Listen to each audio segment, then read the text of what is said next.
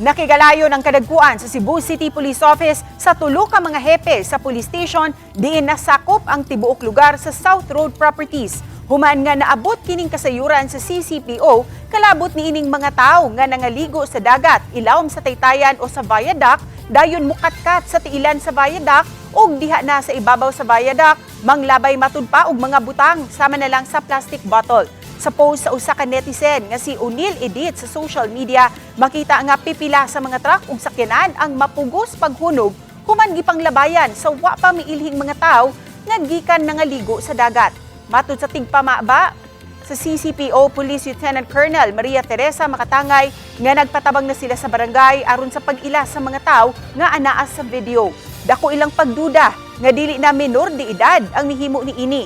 Dugang niya nga gikinahanglan kining masolusyonan aron di na mudako pa ang problema nga posibleng moresulta sa disgrasya. We have already directed commanders of Station 5, Station 3, and Station 11 kay karing tibuok areas SRP together with our mobile patrol unit to to conduct patrolling, especially dara sa atong dalan, because we've seen based on the video how these people are doing damage to some of the vehicles.